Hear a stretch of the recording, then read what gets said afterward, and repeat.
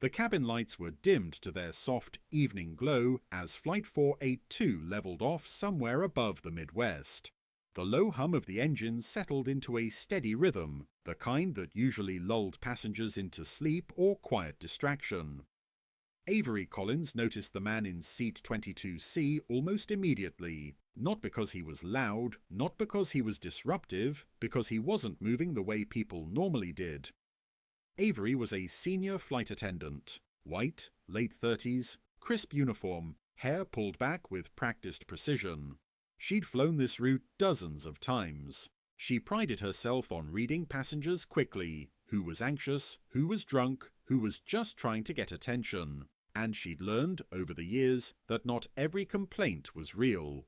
From her position near the galley, she watched Malik Johnson shift uncomfortably in his seat.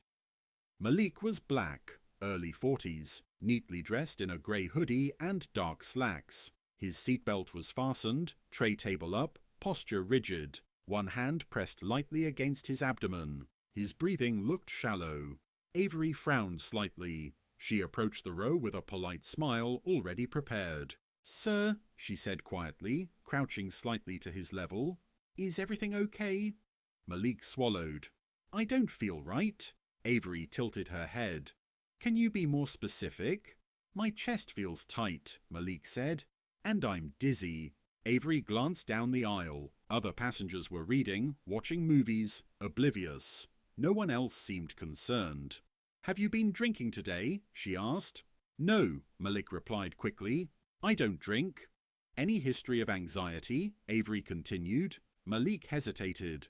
"No, I mean, nothing like this." Avery nodded slowly, the practiced nod of someone mentally categorizing a situation. "It's probably just air pressure or nerves," she said. "Flying can do that." Malik shook his head. "This feels different. I think I need medical help." Avery straightened slightly.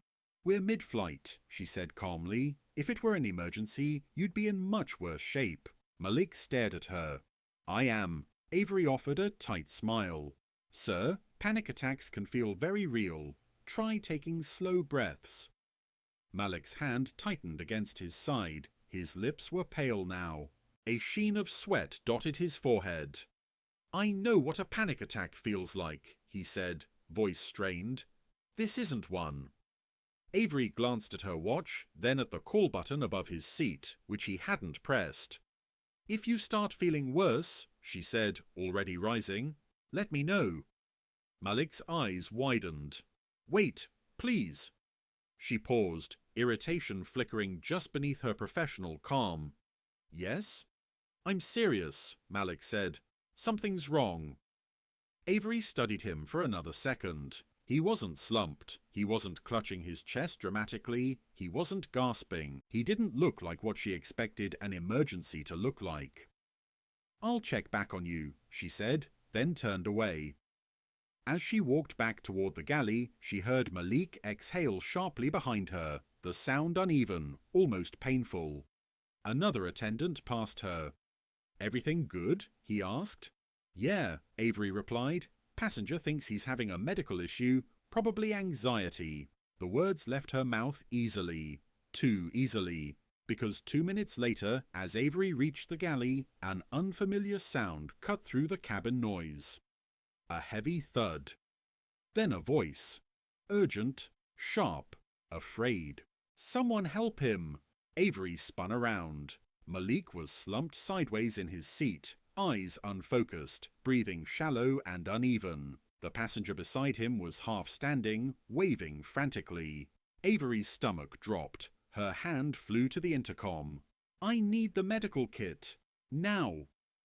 As another flight attendant ran past her toward the storage compartment, Avery rushed back down the aisle, heart pounding. Malik's lips had turned a faint blue. She knelt beside him, pulse racing. Not just his, because whatever she'd assumed minutes ago, the medical kit was about to prove how wrong she'd been. Avery hit the call button for the cockpit with one hand while steadying Malik's shoulder with the other. His skin felt clammy, far colder than it should have been. "Malik," she said sharply now, the edge gone from her voice, replaced by urgency. "Can you hear me?" His eyes fluttered but didn't focus. His breathing came in short, shallow pulls, each one more laboured than the last. I can't, he whispered. I can't catch it. Avery swallowed hard. Okay, stay with me. Passengers nearby had turned fully in their seats now. A woman, 2 rows up, pressed her hands together. Someone else stood in the aisle until another attendant guided them back. The medical kit arrived with a dull thud as it was set on the floor beside Avery. She snapped it open with hands that were suddenly less steady than she liked to admit. Inside were the tools she knew by heart: oxygen mask, blood pressure cuff, pulse oximeter, gloves, syringes sealed and untouched. She clipped the oximeter onto Malik's finger. The number blinked, then settled. Her breath caught. 84. Too low. Avery felt heat rush to her face. Not embarrassment, not fear alone, but something sharper. Recognition. This isn't anxiety, she said quietly, more to herself than anyone else. The other attendant looked at the screen and swore under his breath. Avery slipped the oxygen mask over Malik's face and turned the valve. Slow breaths, she said, her tone gentle now. You're doing the right thing. Malik nodded weakly, eyes still unfocused. Sweat rolled down his temple, soaking into the fabric of his hoodie. Avery wrapped the blood pressure cuff around his arm and pumped. The numbers came back erratic. Low, too low. Her training clicked into place, cold and precise. Captain needs to know, she said. We may need to divert. The cockpit responded immediately, their voices sharper now, alert. Avery knelt there, watching the oxygen saturation inch upward by a single point, then stall again. She glanced at Malik's face, ashen, strained, and felt a knot form in her stomach. He had told her, clearly, calmly, repeatedly, and she had decided, without proof, that he was exaggerating. A man a few rows back spoke up. I'm a nurse, he said. Do you need help?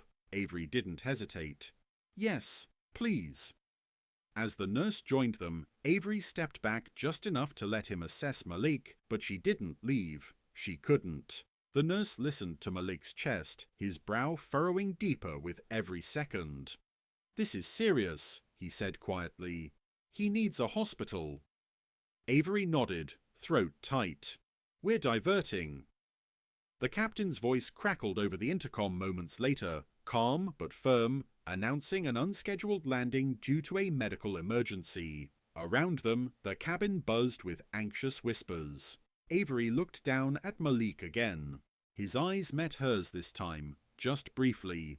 You didn't listen, he said hoarsely. The words landed harder than any accusation. Avery opened her mouth to respond, then closed it again. Because the medical kit hadn't just proven urgency, it had exposed the cost of her assumption, and there was no undoing that now. The plane began its gradual descent, engines shifting pitch as the captain guided them toward the nearest airport. The cabin lights brightened slightly, illuminating faces that now carried a shared tension, fear mixed with helpless curiosity. Avery stayed kneeling beside Malik. The oxygen mask fogged faintly with each shallow breath he took. The pulse oximeter flickered again, 86, then 85, still dangerously low. The nurse, calm but focused, adjusted Malik's position and checked his pulse. Sir, he said gently, do you have any known medical conditions? Malik swallowed, the effort clearly painful. I had a clot, he managed. Years ago. They said it was resolved. Avery's chest tightened. A clot. Her mind raced backward, replaying the first moments of their conversation. The tight chest, the dizziness, the calm insistence. All the classic warning signs she had learned, and somehow dismissed. Why didn't you tell her that? A nearby passenger whispered, not unkindly. Malik's eyes shifted briefly toward the voice. I tried, he said softly. She didn't ask. The words weren't loud. They didn't need to be. Avery felt them settle deep, heavy and inescapable. She reached for another glove, hands trembling now despite her training. She had handled seizures, severe turbulence injuries, even a mid-air berth once. But this was different, because she had been there at the beginning, and she had chosen not to believe him. The nurse adjusted the oxygen flow again. "He's stabilizing slightly," he said, "but this is still critical." Avery nodded and leaned closer to Malik, keeping her voice low. "We're landing as soon as possible. Paramedics will meet us at the gate." Malik didn't respond right away. His eyes were closed now, his brow creased with effort. Then, quietly, "I knew something was wrong." Avery swallowed. "You did," she said. It wasn't an apology, not yet. It was an acknowledgement, a necessary one. The intercom chimed softly, followed by the captain's voice asking the cabin crew to prepare for priority landing. Seatbelt signs illuminated. Flight attendants moved quickly but calmly, securing the cabin. Avery stayed where she was. She noticed how different the cabin felt now, how no one was rolling their eyes, no one looking annoyed at the inconvenience. Everyone understood suddenly that this wasn't a performance. It never had been. As the plane descended, Malik's hand shifted weakly, brushing against Avery's sleeve. She froze for half a second, then gently wrapped her fingers around his. "I'm here," she said, steady despite the knot in her throat. Malik's grip tightened just enough to be felt. The wheels touched down with a firm jolt, followed by a collective exhale from the cabin. The plane taxied quickly, urgency replacing routine. When the doors finally opened, paramedics rushed in, efficient and focused. They took over seamlessly, transferring Malik to a stretcher, attaching monitors, asking rapid-fire questions. Avery answered what she could. The nurse filled in the rest. As they wheeled Malik toward the door, he looked back once, eyes clearer now, but still tired. "She didn't listen at first," he said to the paramedic, "but she's here now." The paramedic nodded, already moving. "That matters." Avery watched them disappear down the jet bridge, her hands still faintly trembling. The cabin behind her was silent. And for the first time since she'd joined the airline, Avery didn't feel like the authority in the room. She felt like a witness to how quickly certainty could become error, and how dangerous that error could be when it was rooted not in training, but in assumption. The flight continued without Malik. After the paramedics disappeared down the jet bridge, the doors closed again and the cabin filled with a different kind of quiet, one that lingered even after the engines restarted. Passengers settled back into their seats, but no one returned fully to movies or books. The emergency had changed the tone of the entire flight. Avery stood near the galley, hands clasped in front of her, listening as the captain announced they would resume the journey. Her voice, when she thanked passengers for their patience, sounded steady. Inside, she felt anything but. She replayed the moment again and again. Probably anxiety. If it were an emergency, you'd be in much worse shape. The words echoed now, stripped of their authority. Another attendant approached quietly. "How are you holding up?" Avery nodded once. "I should have listened sooner." The attendant didn't contradict her. He didn't soften it. He simply said, "We all learn, just not always the way we want to." Hours later, after landing at their final destination, Avery checked her phone in the crew room. There was a message waiting. From the airline's medical response team, passenger from Flight 482 admitted, conditions stabilized. Early intervention critical. Avery sat down slowly, the breath leaving her all at once. Stabilized. She closed her eyes for a moment, relief washing through her, followed immediately by something heavier. Early intervention, meaning the margin had been thin. 2 days later, Avery was called into a meeting, not disciplinary, not formal, educational. A training supervisor sat across from her, tablet on the table, tone calm but direct. They reviewed the timeline, the initial report, the medical findings. No raised voices, no accusations, just facts. At the end, the supervisor said, "Passengers don't present emergencies the same way, especially when they've learned they won't always be believed." Avery nodded.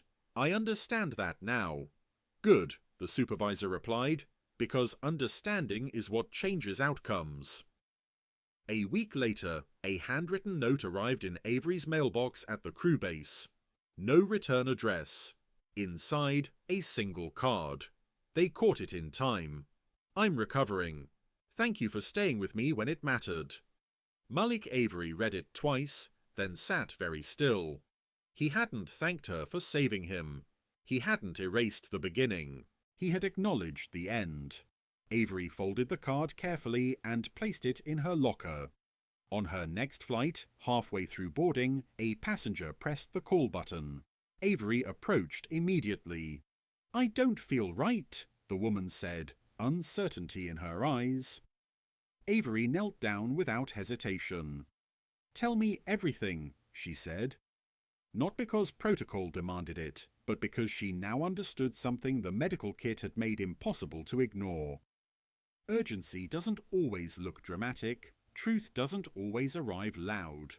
And listening, really listening, can be the difference between inconvenience and survival.